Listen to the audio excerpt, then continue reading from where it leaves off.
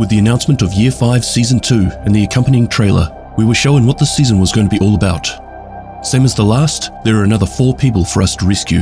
However, the final is a target that we need to hunt down, and it just so happens to be the recruiter itself.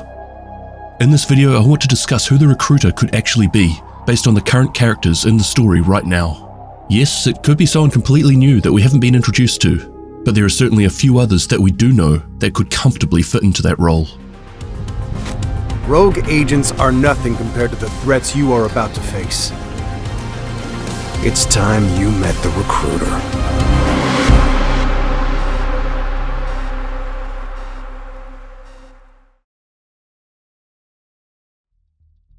Let's start with the character model. In the special report, we got our first glimpse at the recruiter.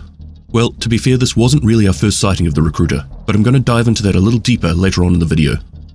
I love this character art, but something that was immediately pointed out to me is that this model very clearly conceals the gender.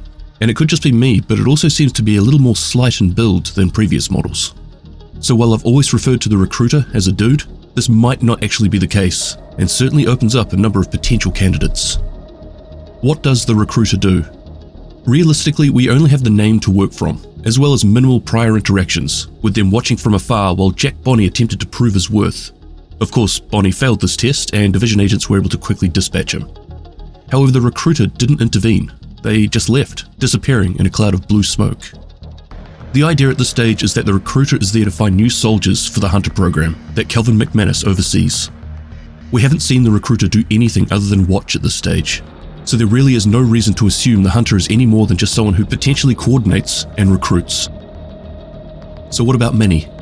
He has been a little flustered lately, and both times we've encountered the recruiter in the past, Manny wasn't involved with coordinating the mission. But in all honesty, this really doesn't fit with Manny's MO. Plus, the recruiter was actually helping Natalia with the kidnapping of his people.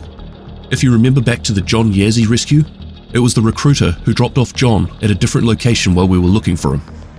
Most of the people who were taken were friends of Manny's, and obviously there was Murray, who he's been losing his mind over with worry. And then there are his feelings towards Natalia. He passionately hates her, the type of hate I don't think you could fake. So a couple of small red flags, but Manny is incredibly unlikely in my opinion. I've seen Murray's name mentioned a lot, and she's certainly been acting a little on edge since we got her back. But let's face it, she's angry. She sees right through Natalia's plans for all of the people she's been taking. And on top of that, she's frustrated with Manny babying her, and also him seemingly being on the verge of admitting defeat. So she is having to be tough on him to keep him moving in the right direction. I see Murray as being the least likely to be the recruiter. Like Manny, she hates Natalia, and has been the one pushing Manny to hurry up and get their people back. Plus, it's very likely that Murray had a quick conversation with the recruiter at the end of her rescue. Take this, put it in your ear. I'll let you know when it's safe to come out. These are division comms. You'll be safe in there. I'll let you know when you can come out. So now we come to Kelso. Before everyone starts yelling at me and posting threads online complaining about my hate towards Kelso, I said I'd run through the main characters, and she's next. However, I don't think she has anything to do with this either. Yes, she's dodgy, disappears at random times, came across super badly in the division recruitment, and is generally just a little bit reckless and sometimes even a little unhinged. It's actually these characteristics that somewhat prove her innocence. From what we've seen over the years, or months in game time, Kelso's recklessness has nothing to do with her intense loyalty towards the division's mission. She puts absolutely everything she has into her role as an agent, which is why she felt a little bit left out in DC when infrastructure was starting to get established, and there were multiple people now starting to coordinate the division and JTF. I don't think she has the energy or anything left in her to be able to play both sides of this conflict. Or maybe it's this extreme loyalty that has led her to someone who technically has more authority over the division than anyone else alive. Kelvin McManus may not be the president, but he is the Secretary of Homeland Security, and given that the president has been killed, and we really haven't heard from anyone else in the government, it's entirely possible that Kelvin is the next in line. So for someone with this much dedication and loyalty, perhaps she is working with the person who is technically the one person that the division agents must report to. Since she has been away, she doesn't know who Mari or all of these people are, so it's no bother to her. In saying that, I really don't think she would have the patience to just stand by and watch all the fighting happening right in front of her, so who knows. I'm leaving Kelso as a maybe. Vikram, Malik, or any of the people we've rescued so far.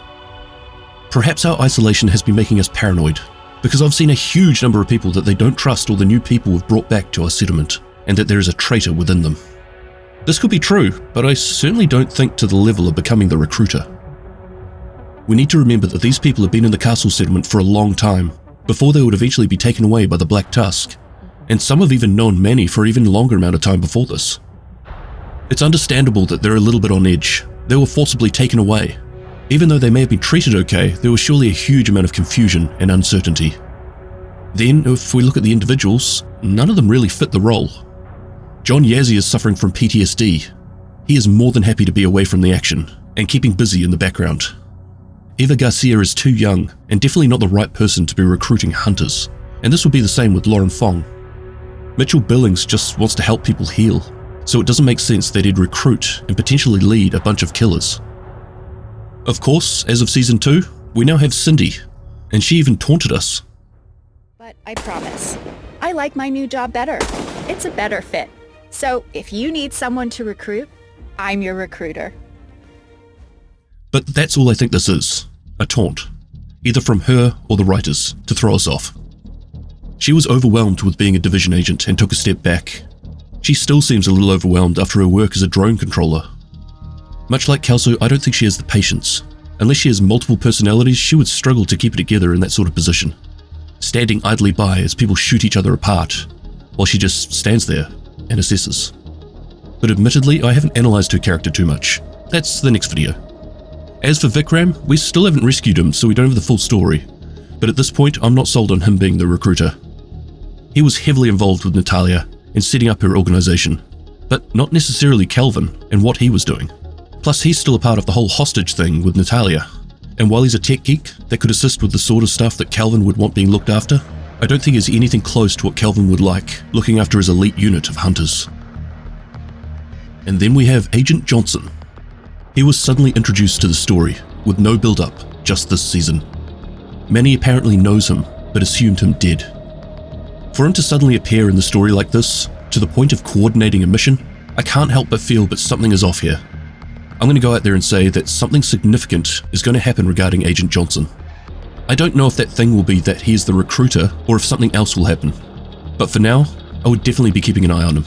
Something just really doesn't feel right.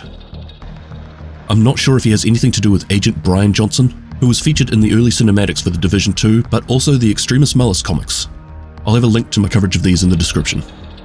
But if he is, some very clever and keen-eyed people on Twitter spotted something that I myself had missed. Brian Johnson's model and figurine use a TAC-50 sniper rifle. On the side of this rifle you can clearly see some markings, with one measurement crossed out in blue ink, with a new measurement saying 2,418 meters. And then if we watch the latest trailer for Season 2 and slow down and zoom in, we can see that the recruiter is using a rifle that has the exact same markings on it. Pretty undeniable, right? Well, I like to fact check and confirm a lot of things, and while I love the detail these users have gone to speculate these things, I unfortunately discovered that these markings mean very little. Putting on my own TAC-50 specialization weapon, I very quickly noticed the following. So by this theory, I'm the recruiter. Sadly, I think this is more of a case of the TAC-50 base asset holding these markings, and not so much an indication of whose rifle it is. However, I still consider Agent Johnson as suspicious in my book, and a hard maybe for not just being the recruiter, but someone who could screw us over later on. Earlier I mentioned that the trailer shown in the special report was the first glimpse we'd had of the recruiter, but this wasn't actually our first sighting of the target. Back in Season 9, we came across the recruiter multiple times throughout the final target mission, and then also again at the end of last season. So let's talk about the obvious. The model has changed significantly from Season 9, Year 5 Season 1, and now. Was this simply because these were just placeholder models while the close-up model was being created in the background? Personally, I don't think so. The previous also shows heavy emphasis on using blue smoke, which doesn't seem to appear with this new model at all. So as per usual with any of my speculation deep dive videos, I'm going to throw a different suggestion out there. What if the recruiter is more than one person? What if the recruiter we've seen in previous manhunts is different to the one we're hunting down in this one? With the red mask sporting a more traditional hunter frame, with the new one a perhaps more feminine one, although it's a bit hard to tell with the cloak. And why is this significant? Well, I feel like we've assumed the role of the recruiter too specifically. Like I said earlier, it is only observed so far. It hasn't joined the fighting. There is no reason to believe that the recruiter can fight at this stage, just that it has good control over the technology it has been given. And who has more knowledge of the technology that the hunters use, Black Tusk and the Division?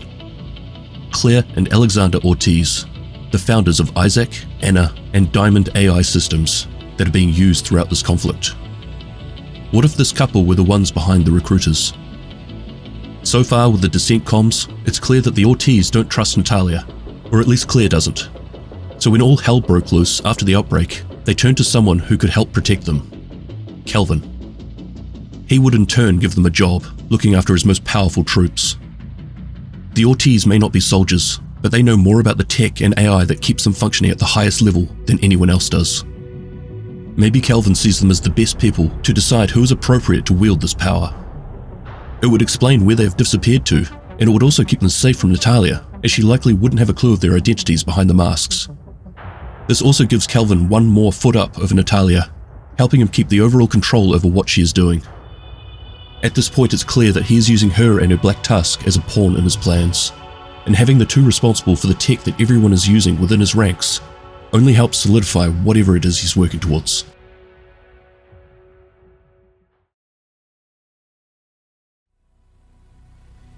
Given how early it is within this season, I could be miles off here. But as always, my goal with these sorts of videos is to expand on what we're all thinking about that is playing out in the story. Regardless of how far I'm off, if I get you talking about it, I consider the video a success. I know I've missed a couple of obvious names like Darren Keener, but for the purpose of this video, I'm going to run with the assumption that Keener is in fact dead.